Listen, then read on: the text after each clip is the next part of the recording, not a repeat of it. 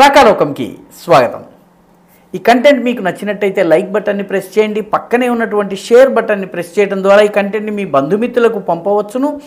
మీరు ఇప్పటివరకు సబ్స్క్రిప్షన్ తీసుకోకపోయినట్టయితే పక్కనే ఉన్నటువంటి సబ్స్క్రైబ్ బటన్ని నొక్కినట్టయితే పూర్తి ఉచితంగా మీరు రాకాలోకం యొక్క సబ్స్క్రిప్షన్ తీసుకోవచ్చు. దాని పక్కనే ఉన్న బెల్ ఐకాన్ని కనుక నొక్కినట్లయితే మీకు రాకాలోకంలో పోస్ట్ పెట్టగానే నోటిఫికేషన్ ద్వారా, వీడియో పెట్టగానే నోటిఫికేషన్ ద్వారా చెప్పడం జరుగుతుంది. మీరు అప్ టు డేట్గా ఉండవచ్చు. మిత్రులారా, నరేంద్ర మోదీ 2029 ఎన్నికలకు తయారీ ప్రారంభించారా? 2024ని ఒక డన్ డీల్గా భావిస్తున్నారు. ఇది అయిపోయింది, దీనిలో రావలసినటువంటి సీట్లు వస్తాయి. ఒక లక్ష్యాన్ని కార్యకర్తలకు ఇవ్వడం జరిగింది. 370 సీట్లు బీజేపీకి రావాలి, ఎన్డీఏ కూటమికి 400 సీట్లు రావాలన్నటువంటి టార్గెట్ని ఇచ్చారు. సర్వేలన్నీ కూడాను గతంలో బీజేపీకి సొంత బలంతో వచ్చినటువంటి సీట్ల కన్నా ఎక్కువ వస్తాయి అన్నదైతే దాదాపు అన్ని సర్వేలు చెప్తున్నాయి. 370 సాధ్యమా అసాధ్యమా అన్నదే ప్రస్తుతం చర్చగా నడుస్తుంది. అయితే మోదీ తయారీ 2029 కోసం జరుగుతున్నాయి. ఎందుకంటే గతంలో ఎన్నడూ లేనంతగా అత్యధిక సంఖ్యలో మహిళలకు టికెట్లు ఇవ్వడం, ఇది ఈసారి ఎన్నికల్లో జరుగుతోంది.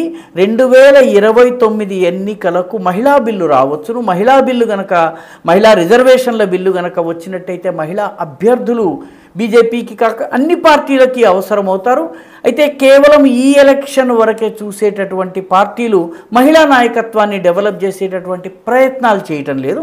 ఆ రకంగా మహిళా నాయకత్వాన్ని లోకల్ లెవెల్లో గుర్తించటము, వాళ్ళని తెర మీదకి తీసుకుని రావడము, ఈ రకమైనటువంటి పనిని నరేంద్ర మోదీ చేస్తున్నట్టుగా కనిపిస్తోంది. ఎందుకంటే 2009 లెక్కలు చూసుకుంటే 2009లో బీజేపీ 433 సీట్లకు కంటెస్ట్ చేసింది. అందులో 45 మంది మాత్రమే మహిళలు ఉన్నారు.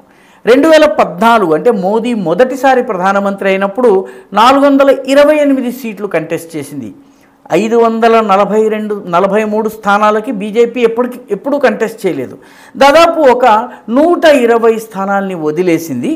2014లో 428 మందిలో 38 మంది మాత్రమే మహిళలు.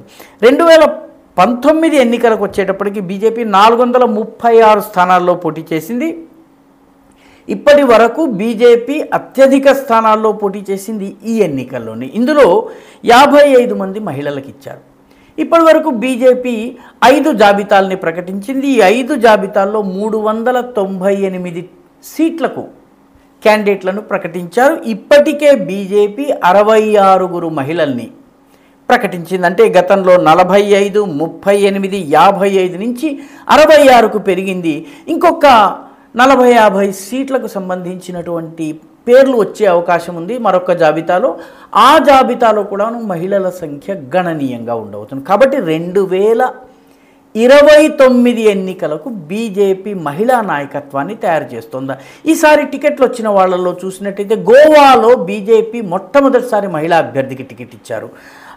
ఆమె పేరు పల్లవి డెంపో, పారిశ్రామికవేత్త. డెంపో గోవాకి సంబంధించినటువంటి చాలా సుప్రసిద్ధమైనటువంటి పారిశ్రామిక సంస్థ. డెంపో పేరిట ఒక ఫుట్బాల్ టీం కూడా ఉండేది. ఈ డెంపో కంపెనీకి చెందినటువంటి ఎగ్జిక్యూటివ్ డైరెక్టర్గా ఉండి సేవా కార్యక్రమాల్లో ఉన్నటువంటి పల్లవి డెంపోకి ఈసారి ఎంపీ టికెట్ ఇవ్వడం జరిగింది. గోవాలో 2 సీట్లు, అందులో 1 సీటు వీరికి ఇవ్వడం జరిగింది. అదేవిధంగా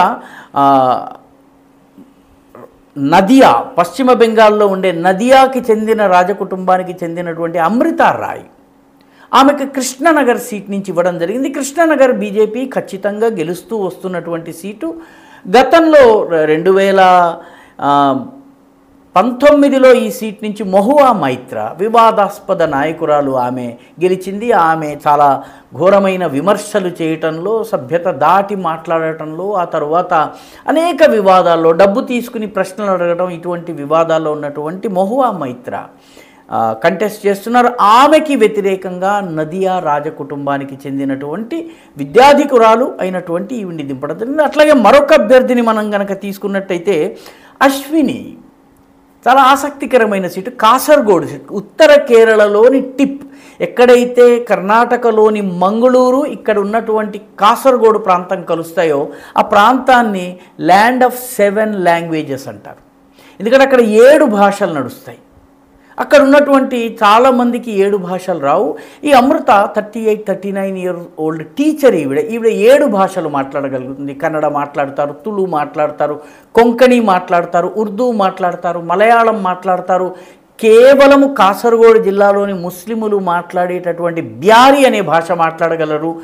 ఈ రకంగా అనేక భాషలు మాట్లాడగలిగే వ్యక్తి. ఈమెకు 38, 39 సంవత్సరాల వయసు. ఈవెన్ ఎంపీ క్యాండిడేట్గా ఎంపిక చేశారు. ఇది కూడా గణనీయమైనటువంటి విషయం. సీట్ గెలుస్తారా లేదా అన్నది పక్కన పెడితే చాలా కీలకమైనటువంటి, కాసర్గోడ్ గతంలో బీజేపీ ఎప్పుడు గెలిచిన దాఖలా లేవు. కానీ ఒక ప్రోగ్రెసివ్ యంగ్ విమెన్ అభ్యర్థిని ఇవ్వడం జరిగింది. ఆ రకంగా మీరు చూసినట్టయితే హిమాచల్ మండి నుంచి సినీ నటి కంగనా రాణావత్ అది సినిమాల్లో మనం చాలా రోజులుగా రనౌత్ అంటూ వచ్చాం. ఆమె రాణావత్ క్షత్రియ సముదాయానికి చెందినటువంటి ఆవిడ. కంగనా రనౌత్కి ఇవ్వడం జరిగింది. ఆమె కంటెస్ట్ చేస్తున్నారు. ఆమె పైన ఇప్పటికే కాంగ్రెస్ చేస్తున్న విమర్శలు, దీంతో ఆమెకి ఒక రకంగా వార్తల్లో వ్యక్తి అయ్యారు. అదేవిధంగా మనం కనుక చూస్తే పాత బస్తీ చాలా కఠినమైనటువంటి సీటు అయినప్పటికీ అక్కడి నుంచి ఒక మహిళా అభ్యర్థిని, బహుశా పాత బస్తీ చరిత్రలో ఒక మహిళా అభ్యర్థి పోటీ చేసిన దాఖలాలు లేవు. మొట్టమొదటిసారి కొంపెల్ల మాధవీలత గారికి టికెట్ ఇవ్వడం జరిగింది. అయితే ఇద్దరు అభ్యర్థులు చాలా ప్రత్యేకమైనటువంటి మహిళా అభ్యర్థులు. వీళ్ళు రాజకుటుంబానికి చెందిన వాళ్ళు, లేకపోతే బాగా పారిశ్రామికవేత్తల కుటుంబమో సినీ రంగమో కాకుండా చాలా మామూలు బ్యాక్గ్రౌండ్కి చెందినటువంటి వాళ్ళు. వీళ్ళిద్దరికీ బీజేపీ టికెట్ ఇవ్వడమే కాకుండా వీళ్ళని పెద్ద ఎత్తున ప్రొటెక్ట్ చేస్తున్నారు. ఒక ఆవిడ దినసరి కూలీగా ఉద్యోగం చేస్తుంది. ఆమె భర్త కడుపు నింపుకోవడం కోసము సొంత ఊరిని వదిలి తమిళనాడుకు వెళ్ళి అక్కడ దినసరి కూలీగా పనిచేస్తున్నాడు. అటువంటి మహిళ, ఆ మహిళ పైన, ఆ మహిళ తో పాటు ఉన్నటువంటి అనేక మంది మహిళలపైన తృణమూల్ కాంగ్రెస్కి చెందినటువంటి షేక్ షాజహాన్ అతని ముఠా అనేక సంవత్సరాలుగా అత్యాచారాలు చేయటము, దాడులు చేయటము, భౌతికంగా వాళ్ళని హింసించటం, ఇవన్నీ చేశారు.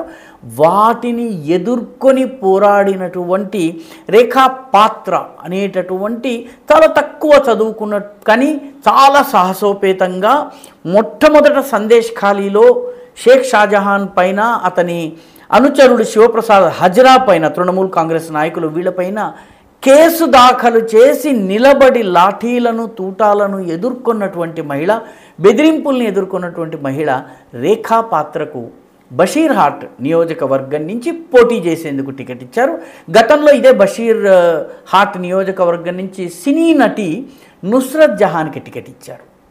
ఈసారి నుస్రత్ జహాన్కి ఇవ్వకుండా వేరే వ్యక్తికి ఇచ్చారు. అయితే బీజేపీ తరఫున ఈ యువ నాయకురాలు, నిజానికి ఈమెకి గతంలో రాజకీయ అనుభవం లేదు, ఈమెని ఎంపీగా ముందుకు తీసుకొచ్చి ఆమె పోరాట పటిమకి నిదర్శనంగా ఆమెను తీసుకొచ్చారు. అలాగే మరొక అభ్యర్థి ఉన్నారు. ఈమె రేఖా పాత్రలాగా యంగ్ కాదు, కానీ ఈమె కొంచెము 60 దాటినటువంటి వ్యక్తి. ఈవిడ పేరు ప్రొఫెసర్ జె సరసు. ప్రొఫెసర్ జె సరస్సుది చాలా ఆసక్తికరమైనటువంటి చరిత్ర. పాలక్కాడ్లో ఈవిడ ప్రిన్సిపాల్గా పనిచేశారు. విక్టోరియా కాలేజ్ అనేటువంటి కాలేజీలో ప్రిన్సిపాల్గా పనిచేశారు. వామపక్ష విద్యార్థి సంఘం ఎస్ఎఫ్ఐ యొక్క గుండాయిజంకి వ్యతిరేకంగా ఈమె నిలబడ్డారు. కాలేజీలో వాళ్ళ దౌర్జన్యము, ఇష్టారాజ్యంగా మార్కులు వేయించుకోవడము, టీచర్లను బెదిరించటము, విద్యార్థుల్ని కొట్టడము, దానికి వ్యతిరేకంగా ప్రిన్సిపాల్ పోరాడారు. ఎంత పోరాటం చేశారంటే ఎస్ఎఫ్ఐ విద్యార్థులు ఈమె రిటైర్ అయ్యేనాడు కాలేజీ యొక్క ప్రిన్సిపల్స్ రూమ్ ఎదురుగా ఒక గొయ్యి తవ్వి ఆమెకు అంత్యక్రియలు చేసి ఆమెకి ఒక సమాధి కట్టినట్టుగా చేసి ఆమెకి ఇది పిలిపించి చూపించారు. అంతగా ఆమె వాళ్ళతో పోరాడింది. అటువంటి సాహసంతో పోరాడి 9 మంది ఎస్ఎఫ్ఐ నాయకుల మీద కేసు పెట్టింది. కేసులు ఇప్పటికీ నడుస్తున్నాయి. వాళ్ళు ఇప్పుడు వేళ బేరానికి వస్తున్నారు. కానీ ఈవిడ పోరాటం అనేది వదిలిపెట్టలేదు. ఇటువంటి నాయకురాలు రేఖా పాత్ర, అదేవిధంగా జె సరస్సు వంటి పోరాడేటటువంటి తత్వం ఉన్నటువంటి సాధారణ వ్యక్తుల్ని ఒకవైపు ఎంపీ చేశారు.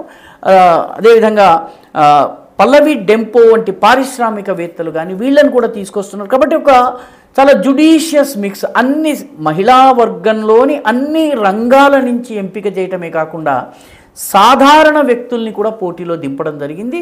ప్రధానమంత్రి నరేంద్ర మోదీ అయితే సందేశ్ ఖాళీ కి చెందినటువంటి రేఖా పాత్రను నువ్వు శక్తి స్వరూపవి అని చెప్పి అభివర్ణించారు. అంటే ఆమె పోరాటము కాళీమాత యొక్క పోరాట స్థాయిలో ఉందన్నటువంటి మాట ప్రధానమంత్రి చెప్పారు. ఈ రకంగా 2029 కోసం ప్రధానమంత్రి ప్రయత్నం చేస్తున్నట్టుగా, మహిళా నాయకత్వాన్ని ముందుకు తెస్తున్నట్టుగా, పోరాట పటిమ ఉన్నటువంటి మహిళల్ని ముందుకు తెస్తున్నట్టుగా మనకి కనిపిస్తోంది. ఈ వీడియో మీకు నచ్చినట్టయితే లైక్ చేయండి, షేర్ చేయండి, ఈ ఛానల్కు సబ్స్క్రైబ్ చేయండి, మీ అభిప్రాయాన్ని కమెంట్ల రూపంలో తప్పనిసరిగా పంపండి.